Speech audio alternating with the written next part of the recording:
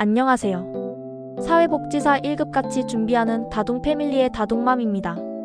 오늘은 사회복지 실천론 1장. 사회복지 실천의 정의를 함께 정리해 보겠습니다. 1장은 뒤에 나오는 모든 단원의 기초가 되는 부분입니다.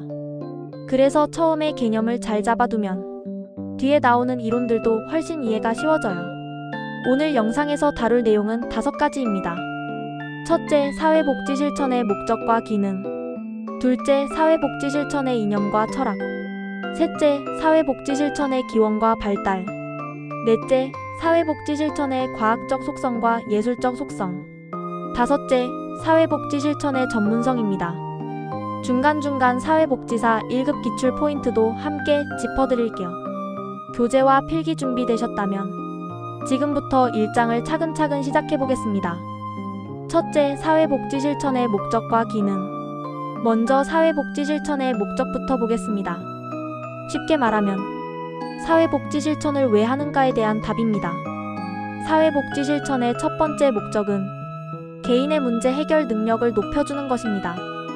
단순히 당장 힘든 상황을 대신 해결해주는 데서 끝나는 것이 아니라 클라이언트가 스스로 문제를 다룰 수 있는 힘을 점점 키워주는 데 초점을 둡니다. 예를 들어 학교에 적응하지 못하는 청소년이 있다고 해볼게요. 그냥 혼내거나 규칙만 강요하는 것이 아니라 왜 힘든지 함께 이야기하고 감정을 조절하는 방법과 주변 사람들과 관계를 조정하는 방법을 차근차근 배우게 돕는 것입니다. 두 번째 목적은 개인과 환경 사이의 관계를 조정하는 것입니다. 사회복지 실천은 개인만 바꾸려고 하지 않습니다. 개인과 가족, 개인과 학교, 개인과 직장처럼 환경과의 상호작용 자체를 바꾸려고 합니다.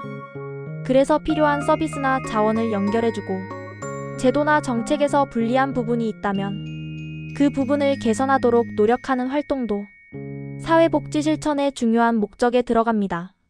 세 번째 목적은 사회정책과 사회개혁으로 이어지는 것입니다. 현장에서 반복해서 나타나는 문제를 보면서 이것을 한 사람의 개인 문제로만 보지 않고 사회 구조의 문제로 이해하는 태도입니다. 예를 들어 노인 빈곤이 계속 심각하게 나타난다면 개별 사례를 돕는 것에서 그치지 않고 연금 제도나 복지 정책을 바꾸자고 의견을 내고 운동을 하는 것까지 포함됩니다. 지금까지 내용을 한 줄로 정리하면 이렇습니다. 사회복지 실천의 목적은 개인의 문제 해결 능력 향상, 개인과 환경의 관계 조정, 그리고 사회 구조를 개선하는 데 있다. 이 세 가지 흐름을 기억해 두시면 좋겠어요. 이제 사회복지 실천의 기능을 보겠습니다. 기능은 사회복지 실천이 실제로 무엇을 하는가입니다. 보통 시험에서는 치료 기능, 예방 기능, 개발 정책 기능, 이렇게 세 가지로 많이 나옵니다. 첫 번째는 치료 기능입니다. 이미 문제가 발생한 사람을 대상으로 문제를 줄이고 손상된 사회적 기능을 회복하도록 돕는 역할입니다. 예를 들어 알코올 의존으로 가족 관계가 무너진 사람이 있을 때 상담을 통해 음주 문제를 다루고 의료 서비스와 연계하고 가족 상담과 자조 모임을 연결해주는 것 등이 치료 기능에 해당됩니다. 두 번째는 예방 기능입니다. 문제가 터진 다음에 움직이는 것이 아니라 문제가 생기기 전에 위험 요인을 줄이고 보호 요인을 높여서 문제 발생을 막는 활동입니다. 학교에서 하는 진로 집단 상담, 부모 교육, 지역사회 캠페인, 폭력 예방 교육 등은 모두 예방 기능의 예입니다. 세 번째는 개발 정책 기능입니다. 개인과 지역사회에 필요한 자원을 새로 만들거나 부족한 자원을 확충하는 역할, 또 제도와 정책을 개선하는 역할까지 포함합니다. 예를 들어 한부모 가정이 이용할 수 있는 시설이 부족한 지역에서 새로운 지원센터 설립을 추진하거나 지원 기준을 완화해달라고 요구하는 것. 이런 활동은 개발정책 기능입니다. 여기까지 정리해보면 이렇습니다. 목적은 왜 하는가? 기능은 무엇을 하는가? 기능은 세 가지. 치료, 예방, 개발정책. 이 세 가지를 함께 묶어서 외워두시면 객관식 문제에서 오답을 훨씬 쉽게 골라내실 수 있습니다. 잠깐 정리. 여기까지 나온 핵심만 다시 짚어보겠습니다. 사회복지 실천의 목적. 첫째, 개인의 문제 해결 능력 향상. 둘째, 개인과 환경 간의 상호작용 조정. 셋째, 사회정책과 사회개혁으로 연결. 사회복지 실천의 기능. 첫째, 이미 생긴 문제를 줄이는 치료 기능. 둘째, 문제 발생을 막는 예방 기능. 셋째, 자원과 제도를 개선하는 개발정책 기능. 이 그림을 머릿속에 그려 두신 상태에서 다음 테마로 넘어가 보겠습니다. 둘째, 사회복지 실천의 이념과 철학. 이번에는 사회복지 실천의 바탕이 되는 생각, 이념과 철학을 살펴보겠습니다. 교재에서는 보통 인도주의와 박애사상, 사회진화론, 민주주의 이 세 가지를 중심으로 설명합니다. 첫 번째는 인도주의와 박애사상입니다. 인도주의는 모든 인간은 존엄하고 가치 있는 존재라는 생각입니다. 박애사상은 다른 사람을 돕는 것이 도덕적 의무라는 생각과 연결됩니다. 사회복지 실천에서 인도주의는 클라이언트를 한 사람의 인격체로 존중하는 태도로 나타납니다. 가난하다고, 장애가 있다고, 문제가 있다고 해서 낙인 찍거나 비난하지 않습니다. 누구나 도움받을 권리가 있고 인간다운 삶을 누릴 권리가 있다고 보는 것입니다. 그래서 조건을 따지기보다 필요에 따라 돕는 방향이 인도주의와 박애사상이 사회복지에 미친 영향이라고 볼 수 있습니다. 시험에서 인간의 존엄과 가치, 인권, 인간다운 생활을 할 권리 같은 표현이 보이면 인도주의 박애사상과 연결해서 기억해 두시면 좋습니다. 두 번째 이념은 사회진화론입니다. 사회진화론은 자연 선택과 적자 생존 개념을 사회에 그대로 가져온 생각입니다. 이 관점에서는 가난이나 실패를 개인의 능력 부족이나 노력 부족으로 보는 경향이 큽니다. 이 때문에 사회복지가 잔여적이고 선별적으로 운영되도록 영향을 주었습니다. 다시 말해, 사회진화론이 강하게 작용하면 정말로 도와줄 수밖에 없는 소수에게만 최소한의 지원을 제공하는 방식이 나타납니다. 그래서 빈곤의 구조적 원인, 불평등한 제도 같은 문제는 잘 보지 못하고 가난을 개인 책임으로 돌리는 위험이 있습니다. 기출에서는 사회진화론이 빈민에 대한 낙인을 강화하고 잔여적 복지와 연결되었다는 점을 자주 묻습니다. 보기에서 가난은 개인의 무능력 때문이라고 본다. 부적응자는 자연스럽게 도태된다고 본다. 이런 표현이 나오면 사회진화론을 떠올리시면 됩니다. 세 번째 이념은 민주주의입니다. 민주주의는 모든 사람이 평등하게 의사결정에 참여할 권리가 있다는 생각입니다. 사회복지 실천에서 민주주의 이념은 클라이언트를 단순한 서비스 대상이 아니라 서비스의 주체로 보는 것과 이어집니다. 주는 사람 중심 서비스에서 이용자 중심 서비스로의 전환이 민주주의 이념이 반영된 모습입니다. 예를 들어 서비스 계획을 세울 때 사회복지사 혼자 결정하는 것이 아니라 클라이언트와 함께 목표를 정하고 선호와 욕구를 반영하는 것. 이것이 민주주의 이념이 실천에서 드러나는 모습입니다. 또한 클라이언트의 자기결정권과 참여를 존중하는 것, 그리고 권한부여, 임파워먼트와도 깊게 연결됩니다. 시험에서는 자기결정권, 참여, 평등 이런 단어가 보이면 민주주의 이념과 연결해서 기억하시면 좋습니다. 잠깐 정리. 지금까지 세 가지 이념을 정리해보면 이렇습니다. 인도주의 박애 사상. 인간은 존엄하다. 조건 없이 도와야 한다. 사회진화론. 적자 생존. 가난을 개인 책임으로 본다. 자녀적 복지를 강화한다. 민주주의. 모든 사람의 평등한 참여. 이용자 중심 서비스. 자기결정권과 임파워먼트. 이 세 가지를 키워드 몇 개씩 붙여서 묶어두시면 객관식 지문이 훨씬 쉽게 보이실 거예요. 셋째, 사회복지 실천의 기원과 발달. 다음은 사회복지 실천이 역사적으로 어떻게 시작되었는지 보겠습니다. 여기에서는 자선조직협회, 인보관운동, 개별 사회사업의 발달. 이 세 가지가 핵심입니다. 첫 번째는 자선조직협회, 영어로는 COS라고 부릅니다. 산업화가 진행되면서 도시 빈곤이 심해졌을 때 여러 단체가 제각각 구호를 하다 보니 중복 지원과 비효율이 심해졌습니다. 그래서 자선을 조직적으로 조정하기 위해 자선조직협회가 만들어졌습니다. 자선조직협회의 중요한 특징은 조사와 사정을 중시했다는 점입니다. 우회 방문원이라고 부르는 사람들이 직접 가정을 방문해서 클라이언트의 상황을 조사하고 필요한 자원을 연결했습니다. 이때부터 단순한 동정심에 의한 구호가 아니라 계획을 세우고 자료를 바탕으로 지원하는 방식이 나타납니다. 이 경험이 나중에 개별 사회사업과 사례관리의 기초가 됩니다. 두 번째는 인보관 운동입니다. 인보관은 도시의 빈곤 지역에 세워진 거주형 시설입니다.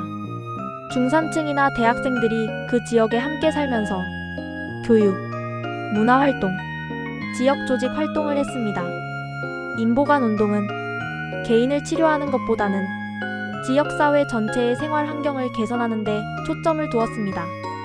또 주민과 함께 생활하면서 민주주의와 공동체 의식, 시민의식을 키우는 역할도 했습니다. 자선조직협회가 개별적인 조사와 지도에 초점을 두었다면 인보관은 지역사회 조직과 교육 활동에 더 가까웠다는 점. 이 차이가 시험에서 자주 비교됩니다. 세 번째는 개별 사회사업의 발달입니다. 자선조직협회의 경험을 바탕으로 리치먼드 같은 학자가 개별 사회사업 이론을 체계화하기 시작했습니다. 이 과정에서 클라이언트와의 개별적 관계 형성, 진단과 치료라는 개념, 그리고 개인 요인과 환경 요인을 함께 고려하는 관점이 발전합니다.